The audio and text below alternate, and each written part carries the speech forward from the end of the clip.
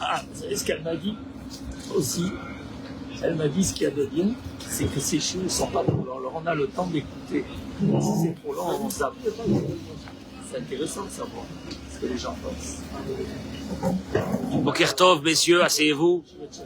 Détendez-vous. Ouvrez votre manteau. Ouvrez votre manteau. Détendez-vous.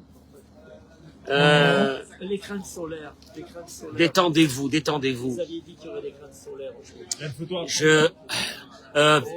Eric, où tu t'assois? Non, Eric, amène une chaise. Eric, non, tu restes pas debout.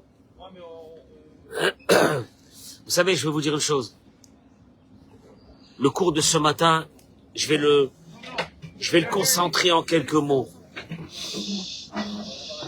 Merci de vous asseoir, Toda Rabba, d'être nombreuses ce matin. Hervé, juste une chaise. Amène une chaise pour Hervé, s'il te plaît.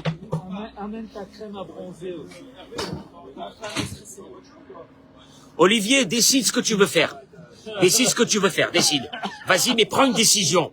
Ne tourne pas autour de moi. Prends une décision, décide ce que tu veux faire. Olivier, donne une chaise à Olivier qui se met en face de moi. Alors au soleil, mets-le au soleil. Bien. Si je devrais, en quelques mots, expliquer le cours de ce matin. On est là pour 80 ans. Un peu plus, un peu moins, mais bon. Après, de toute façon, ça compte pas trop. Hervé, on est là pour une seule chose. On est venu dans ce monde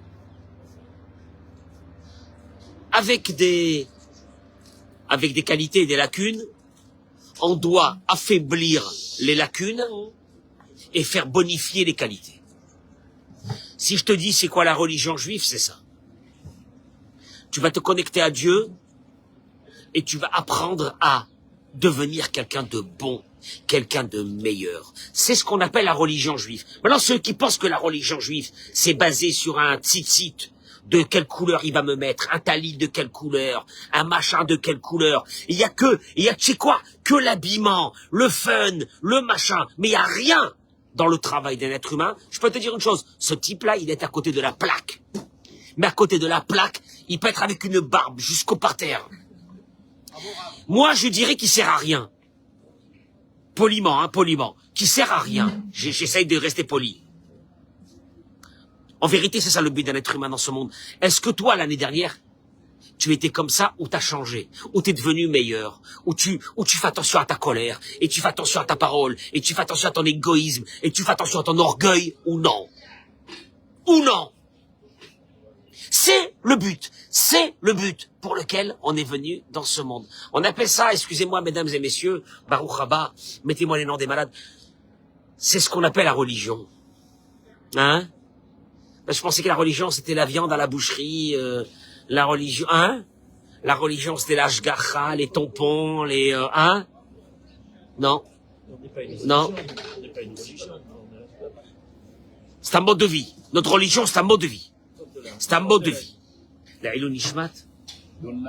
Donna badrahel. La ilou nishmata. Pourquoi je vous dis ça ce matin? Parce qu'écoutez-moi bien cette histoire. C'est une histoire de fou. Yaakov a vu, la Torah nous le dit ça en 3-4 mots. Mais ça veut rien dire ces 4 mots-là. La Torah dit que, quand il s'est sauvé, il est parti, il est arrivé, Vaïvgar Bamakom, à où? Après qu'il est sorti de Beersheva, Yaakov, notre ancêtre. Il est arrivé, il rencontra l'endroit. On sait, on a parlé hier, que l'endroit c'était où? Où c'est qu'il y a le Kotel? Tu te rends compte que notre arrière, Yaakov Avinu, il est passé par le Kotel pour aller à Haran. Vaïvga, voilà, il rencontra l'endroit. Qu'est-ce que veut dire il rencontra l'endroit? Il est arrivé à l'endroit. La Gemara de Masechet Roulin Daf Tzadik Aleph dit une chose extraordinaire. Écoutez-moi bien, c'est un truc de fou. Kimata le Haran, il est arrivé à Haran, qui a des centaines de kilomètres d'Israël. Haran, c'est vers l'Irak. Il est arrivé à Haran déjà. Amar, il a dit, Efshar avarti al makom sheitpalelu avotai, vani lo itpalalti. il y a une angoisse qui le saisit. J'ai dû passer par l'endroit où mes pères ont prié et je n'ai pas prié là-bas. En vérité, il était déjà passé plusieurs jours avant sur le kotel et le temple. Il a continué, il a rien fait. Il est arrivé à Haran et là, il y a une idée qui le prend dans sa tête et qui dit « Maman, qu'est-ce que j'ai fait? Qu'est-ce que j'ai fait? Quoi? Qu'est-ce qu'il y a, Yaakov? Je suis passé dans l'endroit où mes pères ont prié et je n'ai pas prié. » La Gemara dit « Kad yahiv da'tel et mehdar » Il a décidé à ce moment-là, décision, de retourner. « Kafza le ara miyad vaivgar bamakom » Tout de suite, le chemin s'est raccourci et en quelques minutes, il s'est retrouvé devant le kotel, un miracle. Et il s'est mis à prier. Amar Kadosh Baruch Hu tzadik zeba le bet ploni veipater blonina. Et tout est à ce moment-là, qu'est-ce qu'il a dit Dieu? Ce tzadik, il est revenu devant ma maison. Et moi, je vais le laisser partir? Non, je vais lui offrir le gîte et le couvert. Et là, le soleil va se coucher. Yaakov va dormir dans cet endroit. Et dans ce rêve fabuleux de cette échelle, où c'est qu'il y a des anges qui montent et qui descendent, il a vu toute l'histoire du peuple d'Israël. C'est ça, ces mots-là de Vaïvga. Il rencontra l'endroit. C'est quand il a rencontré l'endroit? Il était déjà à Haran. Le chemin s'écourte. Il se retrouve encore devant le mont Moria.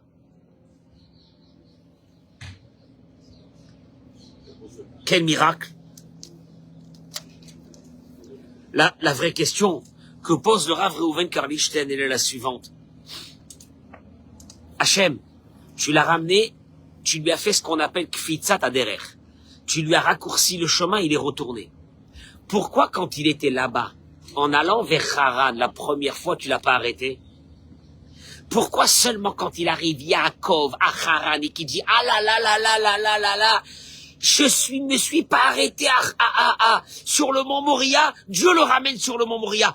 Dis-moi, ça aurait été pas plus simple qu'au moment où c'est qu'il traverse la première fois le mont Moria, Dieu lui dit hop, on s'arrête. Non. Et il dit Imata lo choshev al kach be'atzmecha. Oh, je t'expliquer un truc. Une chose que toi, tu prends pas une décision toi-même dans ta tête, qu'il n'y a pas une volonté de toi-même, l'homme qui montra dans le ciel en tête pas. Si toi, tu veux retourner, si toi, tu as une volonté, dans le ciel, on va t'aider. Je t'explique, c'est un truc énorme. Alimoud Agadol, là, nous. L'enseignement qu'on doit apprendre. Que même Yaakov Avinu, tant que lui, il n'a pas eu ce qu'on appelle Itriuta Diltata. C'est en araméen. Quand il n'a pas eu un réveil ici en bas. Un réveil personnel. On lui a rien donné. C'est énorme. C'est au moment où c'est qu'il a eu, lui, son réveil. Comment je suis passé là-bas, j'ai pas prié? Dieu lui dit, tu veux? Je t'amène. Parce que la première fois quand t'es passé, tu voulais rien.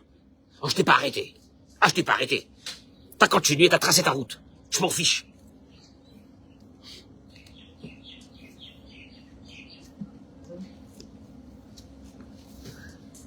Il en sort d'ici une chose. Olivier, il en sort d'ici une chose. Le ciel t'aide à partir du moment où toi, tu as une volonté de faire cette chose. Et là, il termine et il dit que Matai, il ramène de la part du Gaon de Vina. Matai yeshla adam siyata dishmaya. Tu sais quand est-ce qu'il y a l'aide de Dieu? Il dit une chose. Adam tzarich la'asot kol asher biyacholto kedei li'avek ma'yetzer hara. Il faut que toi tu fasses tout ce que tu peux faire. Et seulement quand tu arrives à une situation où le verset il dit, le verset qui dit que Tzofé Racha la Tzadik, il y a un verset qui dit que le Yetzer Hara attend le Tzadik ou Mevakesh le Hamito et il veut le tuer. Ve'il male akadosh baruch hu she'ozerlo eno yacholo. Si Dieu ne t'aide pas, de toute façon tu pourras pas, t'es mort avant de commencer, t'es mort. Heureusement qu'il y a Dieu qui va t'aider. Et là il dit le Gaon de Vina que à quel moment Dieu va commencer à t'aider? Seulement quand tu arrives à une situation de eno yachol lo. que tu peux plus faire plus que ça, Dieu il va t'aider. En vérité, c'est synthétiser ici une idée. Une idée. Tu sais pourquoi il y a beaucoup de personnes qui changent pas dans leur vie, qui restent des tordus de la vie, des colériques les plus monstrueux du monde, des monstres, sans le savoir les pauvres, hein. C'est des gens gentils. C'est une conduite de monstres. Je parle des hommes et des femmes. De colère, d'orgueil, de rêve, d'envie, de je ne sais quoi. C'est parce qu'ils n'ont jamais actionné une idée. Qui s'appelle quoi? Je vais essayer de faire le maximum que je peux. Parce qu'au moment où tu vas essayer de faire le maximum que tu peux, Dieu il va t'aider. Yaakov Avinu, tant qu'il n'avait pas actionné ce levier qui s'appelle la volonté. J'étais dans l'endroit où mes pères étaient, j'ai pas prié. Dieu lui a dit, t'as la volonté de retourner là-bas? Je te ramène là-bas tout de suite. Mais au moment où c'est qu'il est passé, il n'avait pas encore cette volonté. Comme il n'avait pas cette volonté, Kadosh Baruch Hu ne l'a pas arrêté à cet endroit, et il a continué sa route. Ouais. Et là, je vais te dire une chose. Rabbi Nachman de Breslev dit, Tzchim la da'at, sheyesh hashgacha pratit meduyikat al kol echad. On part du début. Shmuel, chaque être humain qui marche dans la rue, que tu vois qui marche dans la rue, il est accompagné, chaque homme, chaque femme, chaque jeune, est accompagné toute sa vie par une force qui s'appelle la Bechira. Le libre arbitre. Et ce libre arbitre est accompagné, écoutez-moi bien, d'une ashgacha pratit, d'une providence particulière. Pour que tu aies dans ta journée là que tu vas passer aujourd'hui, pour que tu aies dans ta journée la Bechira. Tu vas prendre ta voiture, tu vas sortir d'ici, il y a quelqu'un qui te bloque, tu as la Bechira. C'est ta Bechira, toi, ton libre arbitre. Je me mets en colère, je me mets pas en colère. Il est passé à côté de moi,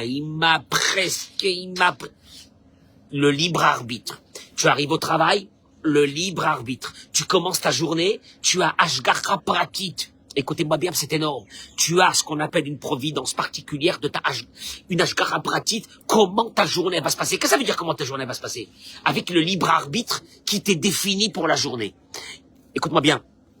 Un être humain qui n'a plus le libre arbitre, un être humain qui n'a plus de libre arbitre, il est mort. Ça n'existe pas. Ça n'existe pas, il est déjà mort.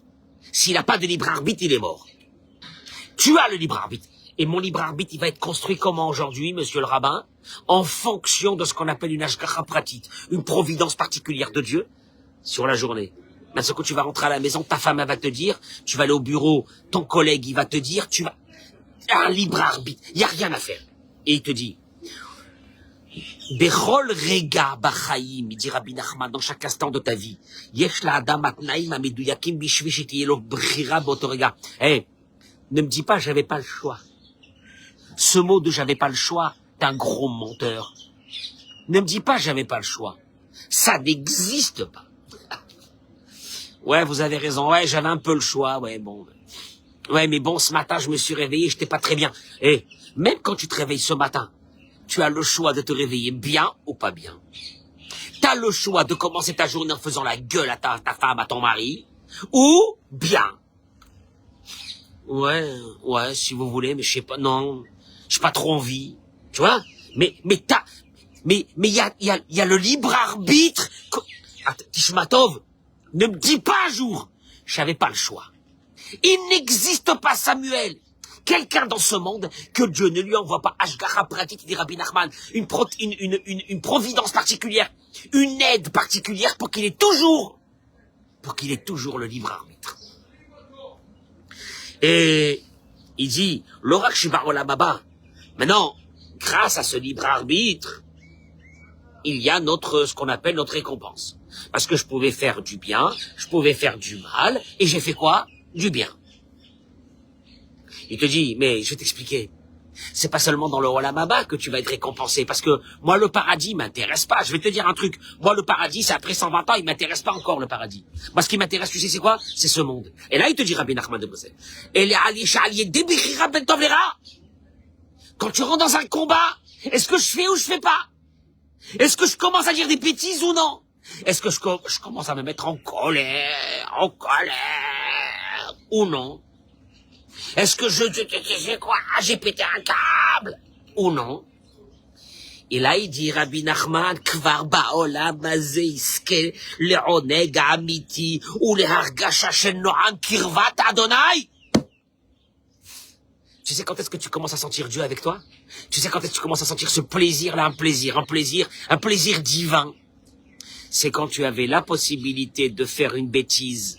Tu avais la possibilité de te mettre en colère. Tu avais la possibilité de péter un câble. Tu avais la possibilité d'aller avec la femme de l'autre. Tu avais la possibilité d'aller avec le mari de l'autre.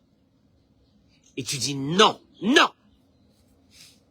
Et là, il te dit, il y a un plaisir divin qui rentre dans l'être humain. Celui d'avoir gagné son Yetzer Hara. Ouais. C'est vrai que la Gemara dit que les Rechaïm, ceux qui font des bêtises, ils sont remplis de charatot, ils sont remplis de regrets. Bien sûr qu'ils sont remplis de regrets. Parce qu'en vérité, un être humain, il est venu dans ce monde que pour faire des belles choses. Et que pour se battre. Et que quand il s'est battu, c'est là que le plaisir, il arrive. Et lui, il a jamais de plaisir. Tu sais pourquoi il a jamais de plaisir? Parce que chaque fois qu'il y a quelque chose qui lui tombe dessus, eh ben, il plie sa tête. Un clochard. Un clochard, j'appelle ça un clochard. Ouais, mais bon, vous savez pas, comprenez pas, monsieur le rabbin, vous savez pas dans quelle situation je suis, vous savez pas, dis-moi, je peux te poser une question? Chacun il passe ses problèmes, chacun il passe ses soucis dans sa vie, chacun il passe une tonne de choses. Maintenant, Dieu il te dit, regarde, on a commencé la journée, on est le 3 décembre.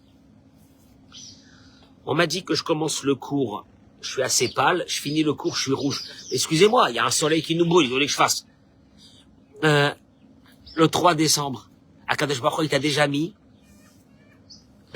avec une providence particulière, que toute la journée tu resteras avec un libre arbitre. Je fais ou je fais pas, je fais ou je fais pas, je fais ou je fais pas. Et la brutille, il est là, tête première, il vas-y, quoi, et comment, il se met dans des colères, que la Gemara dit que c'est un sourd de regarder le visage d'un colérique, parce qu'à ce moment-là, il est possédé par des démons. Faut pas regarder, la Gemara dit, faut pas regarder son visage. Non, nous on est comme ça dans la famille, nous on est colérique de génération en génération, mais disparaissez de ce monde. Si vous êtes colérique de génération en génération, mais disparaissez de ce monde. Mais disparaissez, allez dans un asile spécialisé pour les colériques. Ah, moi je peux pas. Et tu veux que je te dise, Eric, quand j'ai tenu, eh ben après tu sais ce qu'il y a eu? Il te dit, Rabbi Nachman de Breslev, un plaisir. Alors il te dit, il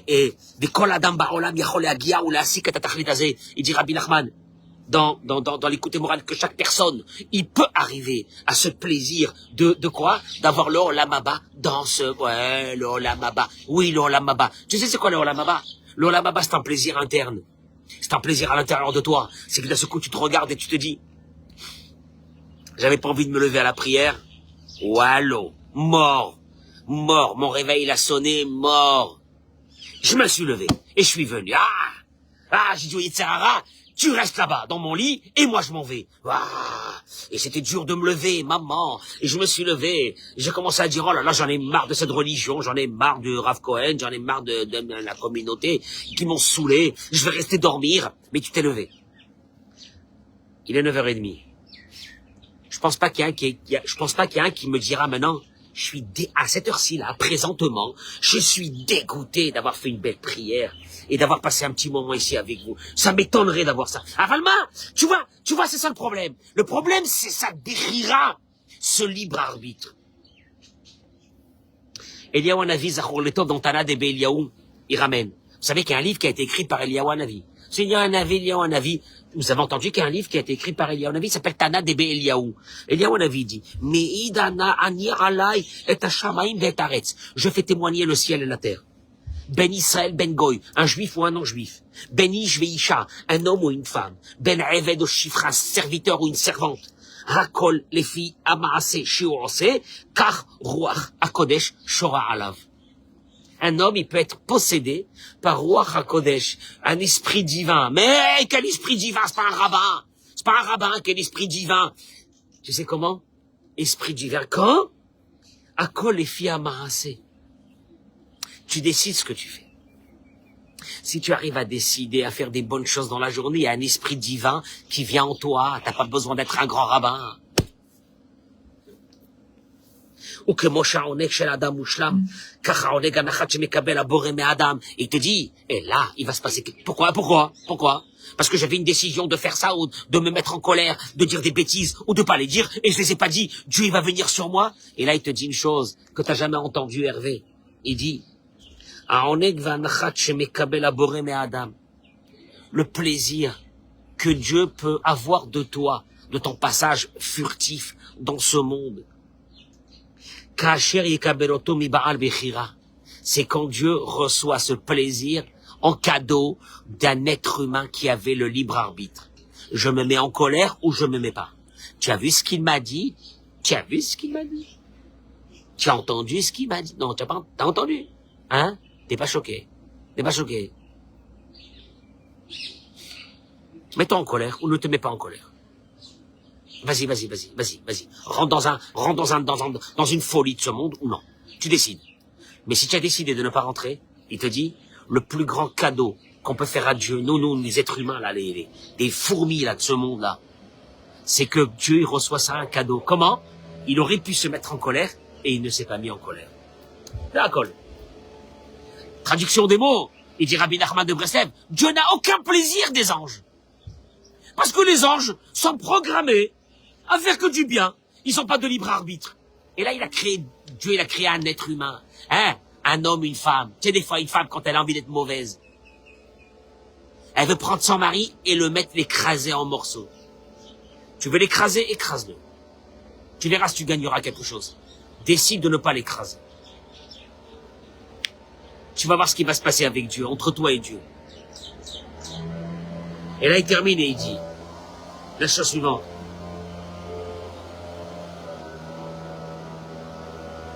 Il dit, dans cette génération où on est, c'est le Rav Arush qui dit, Bifrat Badorazé, dans cette génération, Shebo Marchira Technologia, Avdim Bli Heref, ומנצלים את כל החסרונות ואת כל חולשות האדם, ויודעים לשוך אותו, לפתות אותו ולשתול, בתוך מוח רצונות רעים יומם ולילה. Il dit, on est dans une génération où on peut faire plaisir à Dieu plus que dans toutes les générations. Parce qu'on est dans une génération possédée par une drogue qui s'appelle les technologies, qui nous font rentrer des idées. Ah, il y a des gens qui appelleront ça des rêves. Moi, j'appelle ça des cauchemars. Tu sais, j'ai dit une fois à un jeune, tu vas regarder sur les réseaux, tu vas suivre une femme sur les réseaux parce qu'elle est belle. J'en sais rien, hein. J'en sais rien. Mais cette femme, ça peut être la plus mauvaise du monde, la plus méchante du monde, la plus égoïste du monde. T'en sais rien. Elle te vend du rêve. Donc toi, tu regardes le rêve, tu t'arrêtes au rêve, tu admires cette personne sans savoir ce qu'il y a derrière. Georges, si je t'aurais dit qu'un acteur que j'en sais rien, c'est un monstre à la maison. Ah, tu m'aurais dit, ah là là, c'est pas vrai, il me dégoûte là maintenant. Là maintenant, il me dégoûte là. Il me dégoûte. Tu vois, tous ces réseaux, c'est que des rêves. C'est que des rêves. Tu vois, des gens, ils sont là, ils sont partis en vacances, je sais pas, le bonheur.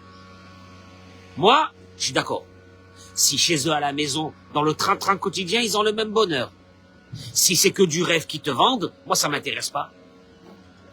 Moi ça m'intéresse pas. Du rêve, bah n'importe qui peut créer du rêve. Tu prends ton téléphone et tu deviens créateur de rêve. Mais toi tu cherches pas le rêve. Toi non, c'est pas ça. C'est que toi, à un moment donné, tu commences à vivre la vie de ces gens-là que tu suis. C'est peut-être des gens méchants, mauvais. T'en sais rien. Tu en sais rien, toi. Non, mais c'est pas vrai. Ils ont pas l'air mauvais. Ils ont pas l'air méchants. N'importe qui a l'air de rien. Je peux t'assurer. Et là, il dit, tous ceux qui sont tombés, même aujourd'hui, dans la drogue, dans l'alcool, dans le jeu. Tu vois bien que ces gens-là ne sont pas heureux. Ils sont heureux? Ils sont heureux? Non. Voilà. Il termine et il dit une chose. Que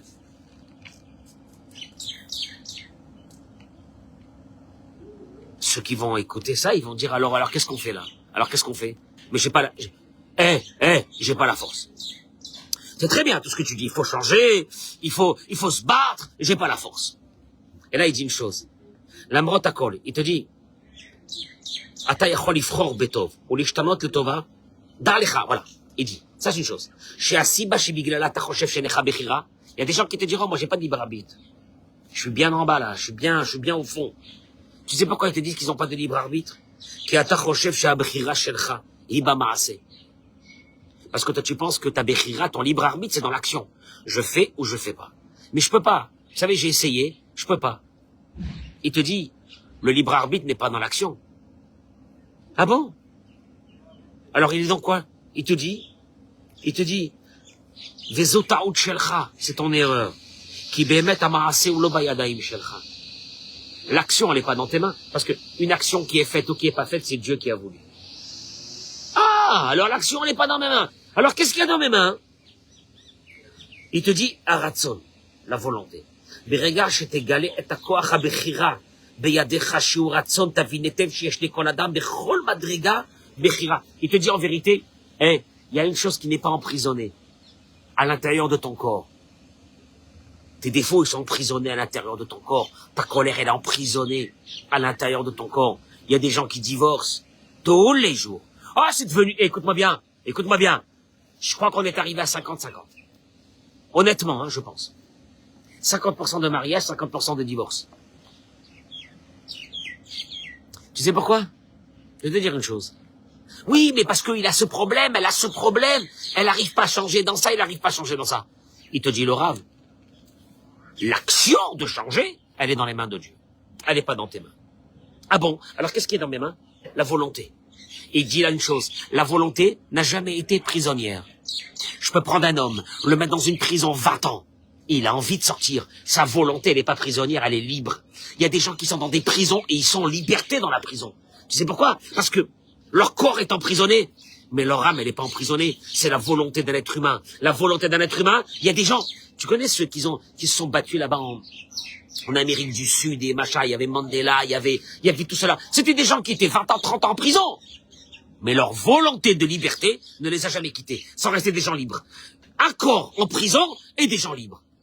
Le problème, il est quoi? Il te dit le rave. Il y a des gens qui sont libres dans leur corps, mais emprisonnés à l'intérieur de leur tête.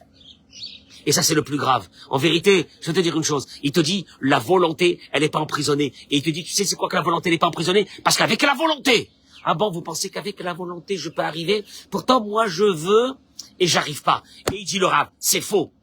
Si tu n'arrives pas, c'est que ta volonté n'est pas assez forte. La preuve, c'est que, il dit le rave, quand ta volonté, elle est forte, quand ta volonté, elle est forte, tu fais la chose. Et moi, j'ai connu malheureusement des gens dans le mal. J'ai connu des gens dans le mal, qu'ils avaient des volontés de faire du mal, ou qu'ils avaient des volontés de voler la femme de l'autre, ou qu'ils avaient la volonté de voler le mari de l'autre. Je peux t'assurer, ils m'ont dit, on a mis le paquet. Et on est arrivé. Bien sûr. Bien sûr. En davar omed bifne aratson. La Gemara le dit. Il n'y a rien qui peut contenir la volonté. Le seul problème, est-ce que tu suscites des intérêts dans cette... Écoute-moi bien. Si un médecin, il te dit, écoute-moi bien, 5 kilos, c'est obligatoire. C'est une question de vie ou de mort. Tu dois enlever 5 kilos. Ma parole d'honneur qu'il n'y a pas de débat. Tu les enlèves.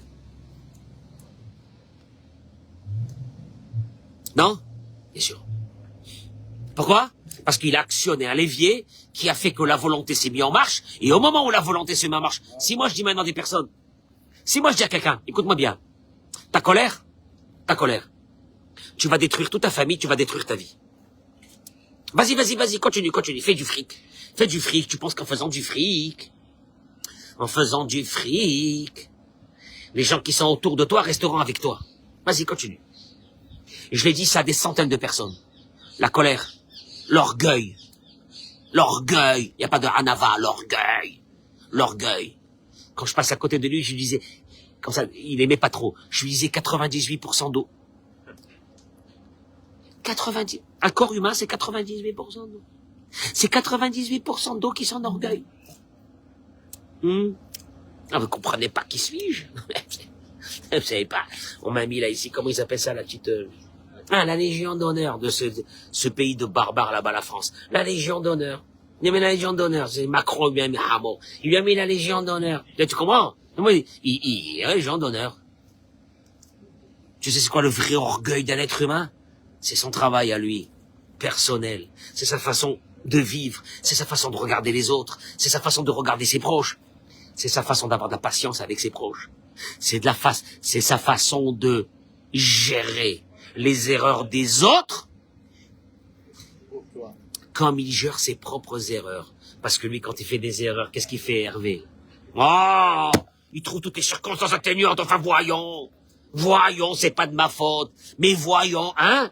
Oh, lui, ses erreurs à lui. Comment qu'il est cool avec ses erreurs à lui, maman? Dis-moi, tu as vu quelqu'un qui prend un bâton dans la rue, qui se frappe, et tu lui dis, qu'est-ce que tu fais? Et il te dit, j'ai fait des erreurs. Jamais, Adam Karov et Atzmo, la Gemara dit. L'homme, il est proche de lui-même. Il a jamais fait des erreurs. Puis Tom, quand il voit quelqu'un d'autre qui fait des erreurs en face de lui, ça peut être sa femme, ça peut être son mari, paf! Ah, pas honte! Tu te regardes même pas, t'as 80 ans pour t'arranger. T'as 80 ans pour t'arranger. T'as pas un jour de plus, t'as pas un jour de moins. T'as 80 ans pour t'arranger. Qu'est-ce que tu vas partir de ce monde aussi tordu que tu es venu? Tu vas partir de ce monde et que tous ceux qui sont autour de toi, ils ont peur de toi. Et que tous ceux qui... Alors, toi, t'appelles ça du respect. Eric, on appelle ça il y a certains qui appellent ça du respect. Mon œil. Le vrai respect, tu sais c'est quoi le vrai respect? C'est que personne n'a peur de toi et que tout le monde t'aime. Ah, on n'a pas peur de lui. Pourquoi on n'a pas peur de lui? Jamais il se met en colère, jamais il est bon, il est gentil, il a de la hanava. Alors pourquoi tu l'aimes? Justement, je l'aime pour ses qualités. Et je l'aime pour ça, je l'aime pour son self-control, je l'aime pour ces choses-là, je l'aime pour son orgueil. Je parle aux hommes et aux femmes. Alors là, il appelle ça le rave, la volonté. Alors, tu suscites la volonté. Que tu te dis, j'ai 80 ans pour changer. J'ai 80 ans pour me regarder à l'intérieur de moi et changer. Est-ce que ceux qui sont autour de moi vivent bien ma présence ou non? Ah, s'ils vivent pas bien ma présence, c'est de leur faute. Non, c'est pas de leur faute, c'est ta faute. Alors là, quand tu vas réveiller la volonté, tu sais ce que tu vas avoir? L'aide de Dieu. D'où on l'a appris? Yaakov Avinu, quand il a eu la volonté de retourner, Kaftsalo Haderech. Le chemin est devenu court, il s'est retrouvé à Jérusalem en 2 minutes. Ah! Mais au départ, quand il a traversé, il n'avait pas la volonté. Il a traversé le mont du temple, il n'avait pas cette volonté à ce moment-là de prier là-bas. Dieu lui a dit, t'as pas de volonté, on continue la route. Jusqu'à qu'on va s'écraser. Et vous avez remarqué depuis, je pense que ça fait déjà longtemps que vous avez remarqué, hein, que mes cours de Torah sont axés sur une seule chose. L'équilibre. Nous, on n'a pas besoin de religion. Non, mais un équilibré religieux, c'est beau. Mais un religieux déséquilibré, c'est une catastrophe. Un non-religieux déséquilibré, c'est encore plus une catastrophe. Mais bon, voilà. Tu sais quoi? Allô, on traverse ce monde, Eric. On traverse ce monde. Quelle vitesse? À quelle vitesse? Le jour où je me suis réveillé, et je me suis dit, mais c'est pas possible. J'ai 60 ans. Parce que je dis mon âge, hein. Mais là, pour ceux qui cachent leur âge. Moi, je remercie Hachem que je suis là, ça fait 60 ans. Donc, je le remercie. Merci, bon, Rolam, Toda Rabba, Kadosh Baruch Hu. Ceux qui cachent, c'est qu'ils veulent pas remercier Hachem. Remercie Hachem. Après le Haïnara, il reste là-bas derrière. Parce que quand tu remercies Hachem, t'as pas d'Haïnara. Et j'ai dit, Hachem, 60 ans. Comment s'est passé 60 ans, maman, c'est pas possible. T'as terminé presque toute ta vie, ah ouais. Non. Comment c'est possible? Maman, Kadosh Baruch Hu. Mais c'est ça la vie. Alors vas-y. Ne perds pas ton temps. Fais-le à 20 ans, à 30 ans. Je te conseille de le faire à 30 ans, tu auras une belle vie. De commencer à faire un travail de soi-même. Et s'il y avait cette communication dans un couple, où la femme a dit, voilà, j'ai ça et ça arrangé, et le mari dit, j'ai ça et ça arrangé, mais le Beddin, il ferme, là. Là, le Beddin à Natania, il ferme. S'il y avait un homme qui se lève un bon matin, il dit à sa femme, voilà, j'ai fait mon bilan, ça et ça et ça arrangé. Et la femme, elle lui dit pas, bah oui, je t'ai dit que t'avais ça arrangé. Mais qu'elle lui dise quoi? Et moi aussi, je sais que j'ai ça et ça arrangé. Tu veux que je te dise? Le Beddin de Natania est ferme. Et de Paris et de tout le monde. Tu Tu sais pourquoi il ferme pas? Tu sais pourquoi il fermera pas? Tu sais pourquoi il fermera pas? Parce qu'il y a des milliers de personnes qui n'ont pas cette volonté de se regarder à l'intérieur d'eux et de se dire, je crois que j'ai des choses à changer. Et quand je vois, moi, des célibataires de 25 ans, 30 ans, 40 ans, ils rêvent encore. À 40 ans, ils rêvent. J'ai des célibataires qui rêvent. À 35 ans, 40 ans, ils rêvent. Tu sais pourquoi? Ils ont jamais eu cette idée de se dire, c'est peut-être eux le problème. Dans un couple, si chacun se lève et dit, c'est peut-être moi le problème, mais t'as réglé le problème du couple en 2 minutes. C'est peut-être moi le problème. Non, c'est pas moi. Non, c'est pas moi. C'est elle. Elle est folle. C'est lui, elle est folle, il est fou. Et voilà. Et la vie continue. Et la vie continue.